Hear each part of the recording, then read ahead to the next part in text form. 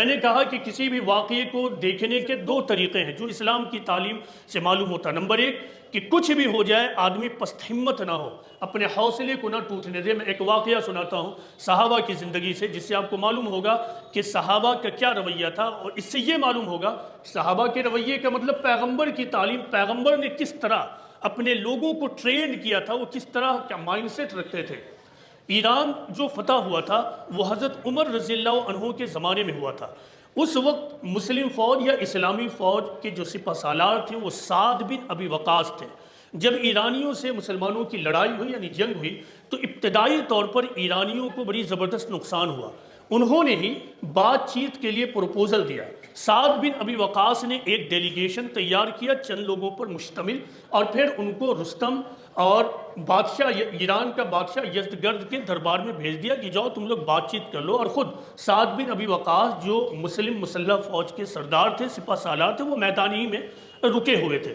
اس پورے واقعے کی، اس ڈیلیگیشن کا پورا ریکارڈ تاریخ کے کتابوں میں موجود ہے۔ اس کا خلاصہ یہ ہے کہ جب مسلم ڈیلیگیشن ایران کے بادشاہ یزدگرد کے دربار میں پہنچا تو حضرت مغیرہ جو ون آف دا ڈیلیگیٹس تھے، انہوں نے بادشاہ یزدگرد کے سامنے ایک تقریر کی۔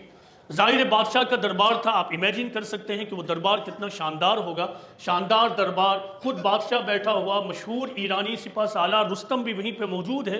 خود اس دربار میں جا کے بات چیت کرنا ایک کمزور ترین گروہ کے لیے کتنا دشوار کن لمحہ ہوگا، لیکن حضرت مغیرہ نے ان کے سامنے زبردست قسم کی تقریر کی، اتنا زیادہ کہ خود بادشاہ یزدگرد ہل گیا۔ لیکن بادشاہ یزدگرد کو اس سے غصہ آ گیا۔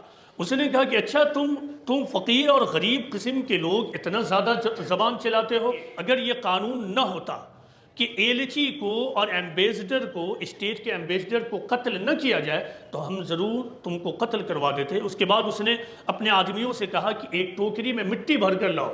اس کے آدمیوں نے ایک ٹوکری میں مٹی بھر کر لایا، اور اس کے بعد کہا جو مسلم ڈیلیگیٹس تھے ان سے یہ دریافت کیا کہ اچھا اب یہ بتاؤ کہ تم میں سب سے زیادہ شریف شخص کون ہے۔ سارے لوگ خاموش رہیں۔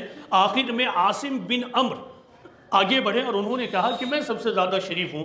اس کے بعد بادشاہ یزدگرد نے کہا کہ اس مٹی کی ٹوکری کو اس کے سر پر رکھ دو، اور اس کے بعد یہاں دربار سے اس طرح نکالو کہ وہ مدائن کی میدان میں اور یہاں سے پوری طرح باہر نکل جائے۔ ایسے ہی ہوا، وہ سارے لوگ باہر نکلے اور اونٹنی پر سوار ہو کر تیزی سے مدائن کے میدان میں یعنی اپنے سپہ سالار سعد بن ابی وقاص کے پاس پہنچ گئے، اور پھر تمام اسٹوری کو ان کے سامنے نریٹ کر دیا۔ اب غور کیجئے کہ یہ کتنا زیادہ ہیومیلیٹنگ اور ذلت آمیز واقعہ تھا ایک بادشاہ کی طرف سے ایک عام قسم کے گروہ کے لیے۔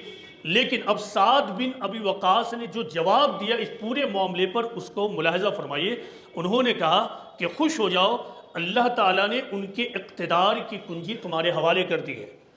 یعنی سر پر مٹی کی ٹوکری رکھی گئی ہے، لیکن سپہ سالار اتنا پازیٹیو اور مثبت سوچ کا ہے کہ وہ یہ کہتا ہے کہ خوش ہو جاؤ کہ خدا نے ان کے اقتدار کی کنجی تمہارے حوالے کر دی۔ یہ ہے صحابہ کا مائنڈ سیٹ کہ انتہائی بدترین ذلت آمیز صورتحال میں بھی وہ کبھی ہوپلیس نہیں ہوتے تھے۔ کسی چیز کو سیاہ دن کہہ دینا، بلیک ڈے کہنا، یہ صحابہ کا شیوا اور طریقہ نہیں تھا۔ کیوں؟